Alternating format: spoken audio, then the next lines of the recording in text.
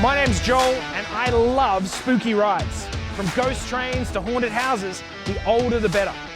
For 10 years I've been traveling the world, checking out these crazy contraptions and meeting the people who keep them running year after year.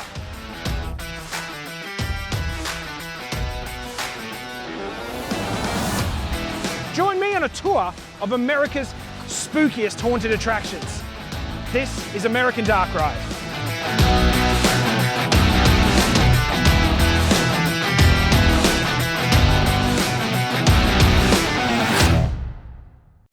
It can be tough work maintaining an independent amusement park, and even harder work to keep a classic dark ride rolling. We take a look at two great American parks and the guys and gals who keep the frights coming every season.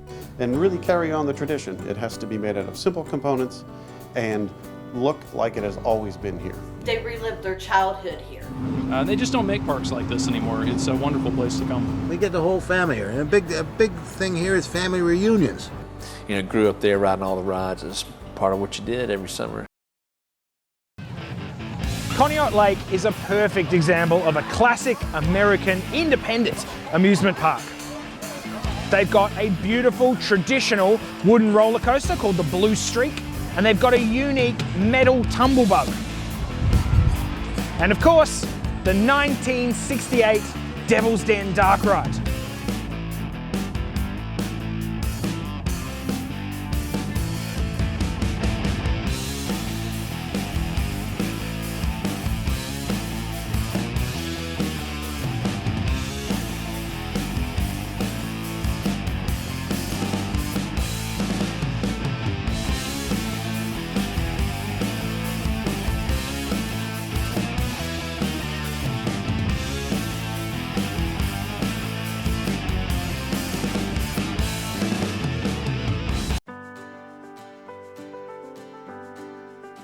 Conneaut Lake was built in 1890 and it thrived. But today, it's a shadow of its former self. Conneaut Lake has a fascinating history. It's a very, very old park, and it was once an extremely grand place. The ballroom, the bathing house, and the dance hall are all gone. Independent parks like Conneaut used to be dotted all over the countryside of America. In Pennsylvania alone, there were over 100 different parks you could go to. But nowadays, Conneaut is one of few, and even it's struggling. Maintenance, management, and insurance have all contributed to a decline that has seen independent amusement parks get rid of their dark rides or close completely.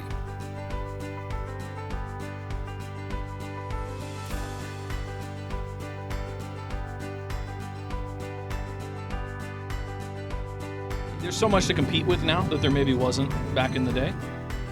You know, back when this park was built in the 1800s, I mean, if you wanted entertainment, you had to come to a place like this.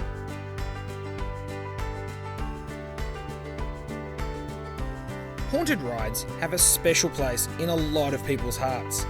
If we don't do something, then pretty soon all the examples of this classic amusement will be gone. I love to think about all the people who've ridden these rides over the years, the memories that it's created. I can remember the first time I ever went on a dark ride. It's something that sticks with you. Like going to the drive-in for the first time or playing a classic arcade game. But what keeps people coming back to these parks year after year? Is it the spooks or is it something deeper? People will come and say, I rode that when I was a little girl, now my daughter rode it, now my granddaughter's riding it, you know, you hear all that, so.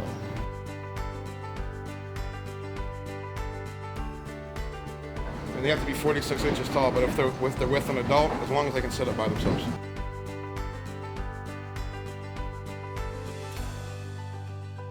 We get grandparents all the time. This is where I kissed your grandma for the first time, you know, and it happens all the time. The people always want to reminisce about the way it used to be, and for the most part, it's still that way. You can still come out and bring your family and enjoy that time.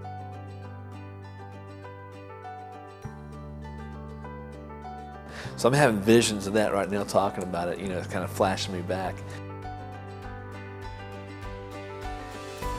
My grandmother could have ridden the very same carousel horse that I rode as a kid, or the baby boats. I mean, I have pictures of, you know, generations. I mean, we see them all the time. A grandmother in the baby boats, and then her kids in the baby boats, and then the grandkids in the baby. I mean, it's so special.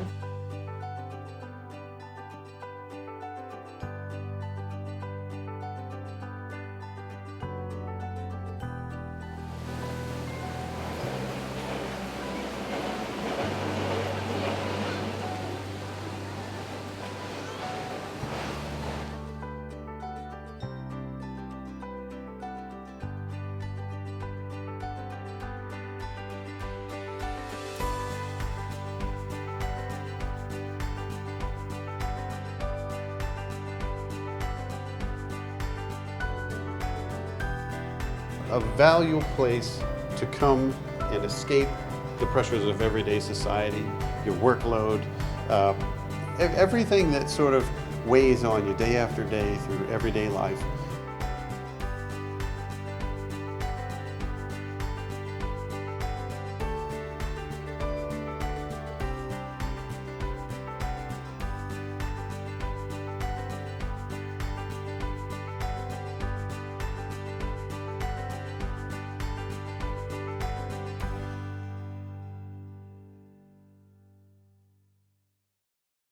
Up next, we talk to Tom Broadfoot and his wife Arlene, who've been keeping the Devil's Den going on the smell of an oily rag.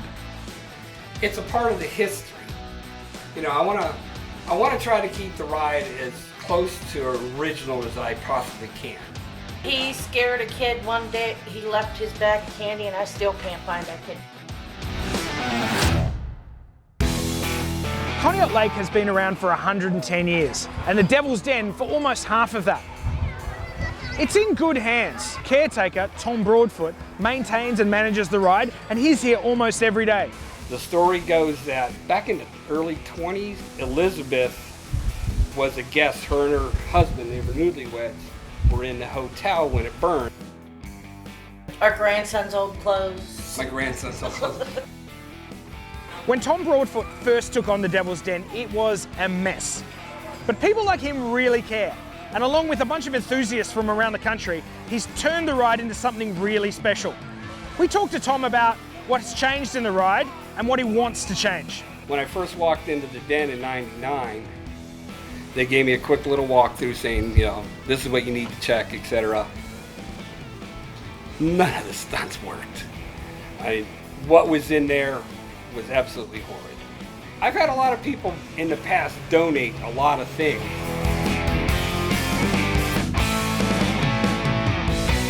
I really didn't realize how many fans the Devil's Den had until I started redoing the props.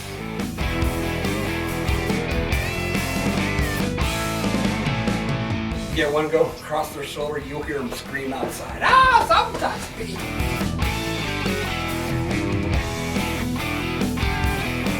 Oi! This is an original. Original. He's an original. That is a classic.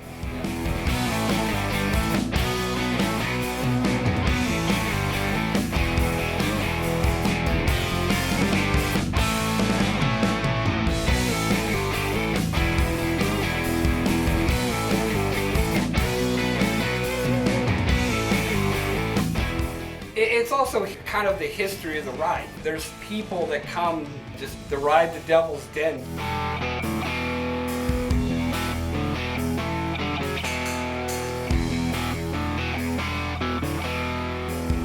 I painted them. They were older, and I didn't like the way they were faded.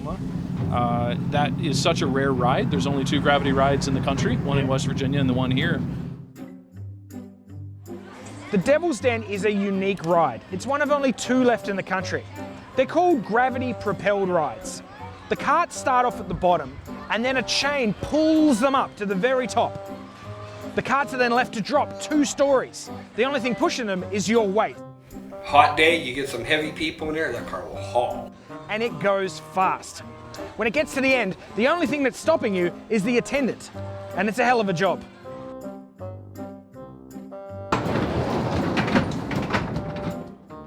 We get a lot of comments from people, oh my God, I rode the Den when I was 12, you know, and now they're bringing their grandkids or, you know, they relived their childhood here.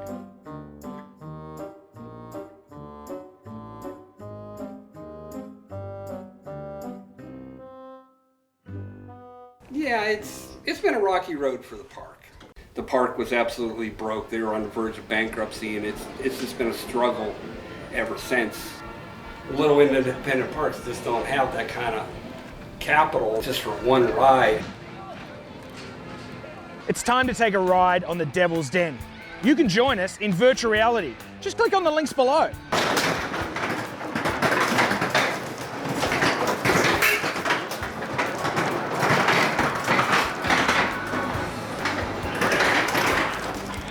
It's amazing what Tom's done to this ride. It's only a couple of minutes long and the detail is incredible. And that's why we rode time and time again. From homemade paper mache props to 50-year-old pieces of metalwork. This ride is a part of haunted history.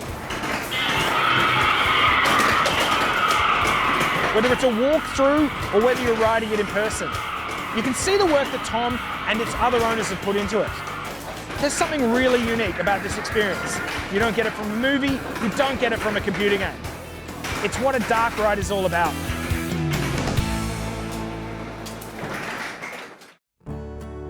Dark rides has been something I've loved since I was a child. I have so many good memories at parks like Conneaut. We need this kind of experience because, yeah, the shoot 'em up rides are fun and I totally love those as well. But it's a lot different when you're sitting in a dark room and you just have no idea what's going on and you don't know like what's going to happen next. And I think I really miss dark rides. I think parks should be building them more and more.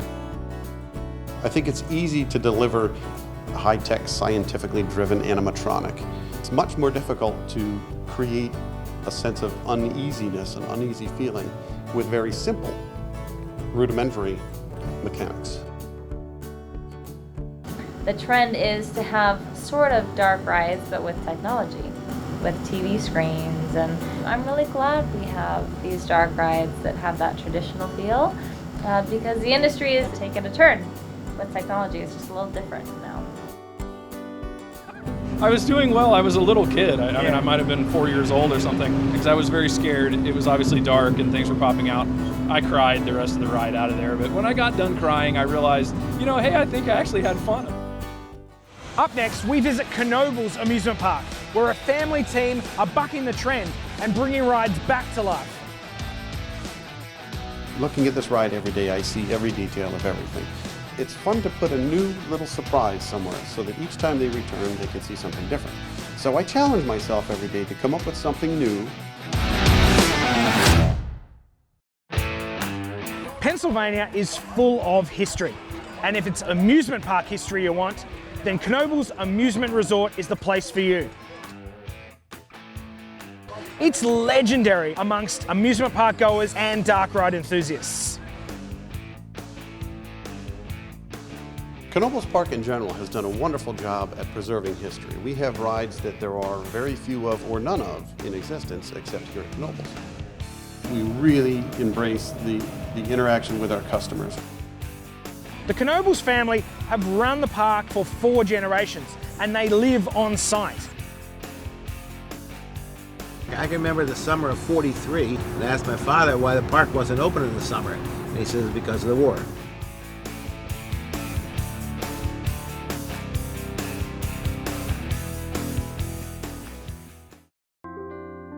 In 1972, a tropical storm ravaged Knoebels Amusement Park and it could have led to their demise. But they had a plan to build a new ride and come back. After the flood of '72, my uncle says, well boys, we better clean it up because nobody will buy it this way. The Haunted Mansion isn't just a great dark ride, it's actually a great piece of history. Inside this ride are parts of rides from all over Pennsylvania. There are many props and parts of the ride that were actually salvaged from other parks or other rides. There used to be dozens of parks around in Pennsylvania, and one by one they failed. We drew a layout to get as much track in the area and in areas we wanted, and and we went and built it. At Knoebels, the rides don't have caretakers, they have landlords. And the landlord of the Haunted Mansion is Drew Kanaski. Drew takes us through the secrets of the Haunted Mansion and what it's like running this ride. Many of the traditional dark rides back in the 70s included lots of paper mache and very basic elemental props. So we've tried to continue that tradition with our ride here, preserving what we had done many years ago, but anything new is done in that very same style. The track was ordered to fit our ride design. With the exception of a few funny fright props, everything else was made by park craftsmen. Right. So a lot of these special effects that you see in here are of our own design. This is the gentleman we call the welcomer, the greeter. He greets you as you come into the ride. Welcome, it's big hearty welcome. But you can see he's already been affected by the curse. What happens is the loud noise throws off your sense of comfort. The moving bookshelf puts you in a sort of a precarious situation. You feel like you're in some sort of peril. The light lets you see the danger and goes out just before the danger actually hits. It's all about timing. You're in the dark, the creepy organ music, you don't know what is going to happen next, and the snake comes lunging out at you with the lights on. The lights go out just in time, and you don't know what happens to that snake. Does he keep coming and bite you? I think it's easy to deliver high-tech, scientifically driven animatronic. You can literally put it in place, plug it in, and you get some sort of motion from a creepy monster. Yeah. It's much more difficult to create a sense of uneasiness, an uneasy feeling, with very simple, rudimentary mechanics.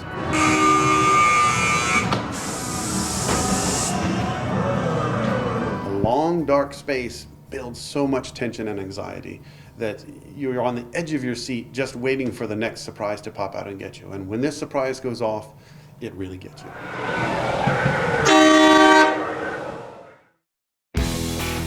I can't wait to ride on the Haunted Mansion, and you can join us in virtual reality. Just click on the link below. Okay, enjoy your ride.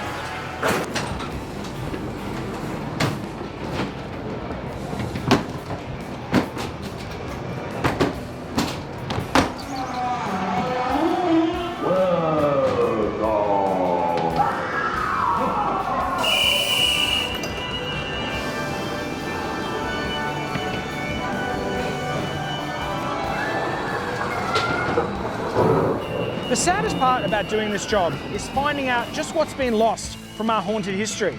And what I love about the Haunted Mansion is that it does something to hold on to that past. It takes from the history and builds something beautiful.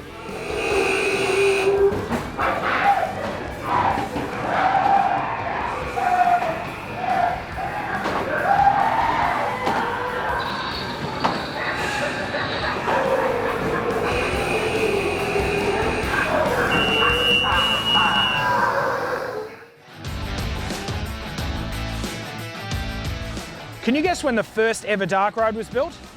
Join us after the break to find out.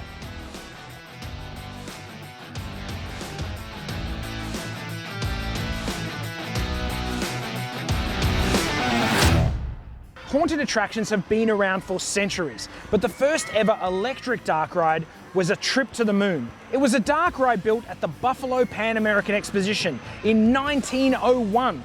The ride went on to move to New York, where it became the namesake of Luna Park. And I think the guys have a sense. This ride belongs to me. If it doesn't work, it's my fault. And they'll make sure it's all spit and polished. And you're right, Drew? That's right, absolutely. It's not a job. I come to work every day, but I put effort forth, but I don't see it as work. I know that looking at this ride every day, I see every detail of everything. Our guests might ride it once a summer, twice a summer, maybe 3 times. They're going to remember things after a while. It's fun to put a new little surprise somewhere so that each time they return, they can see something different. So I challenge myself every day to come up with something new, but it must look like something old. It must fit the story and really carry on the tradition. It has to be made out of simple components and look like it has always been here. Dick Knoebel and David Wynn have worked here for decades. Together they built the Haunted Mansion. We asked them what it takes to keep a park like this running when so many others fail. Joel. Right, okay. Nice to meet you. Nice to meet you. Where are you guys from? Melbourne, Australia. Oh my goodness. Well, our family involvement started with my grandfather.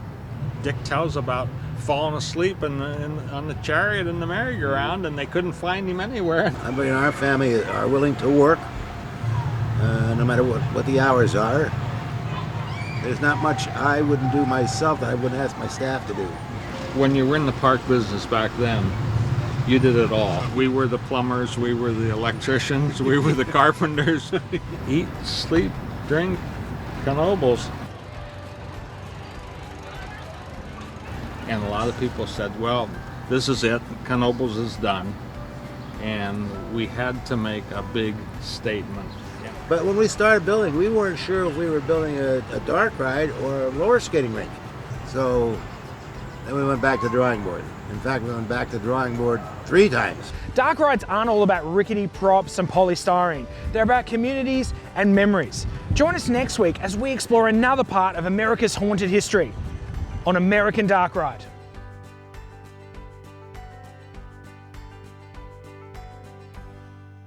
I'm a Marine. Yeah. I'm stubborn, I'm determined.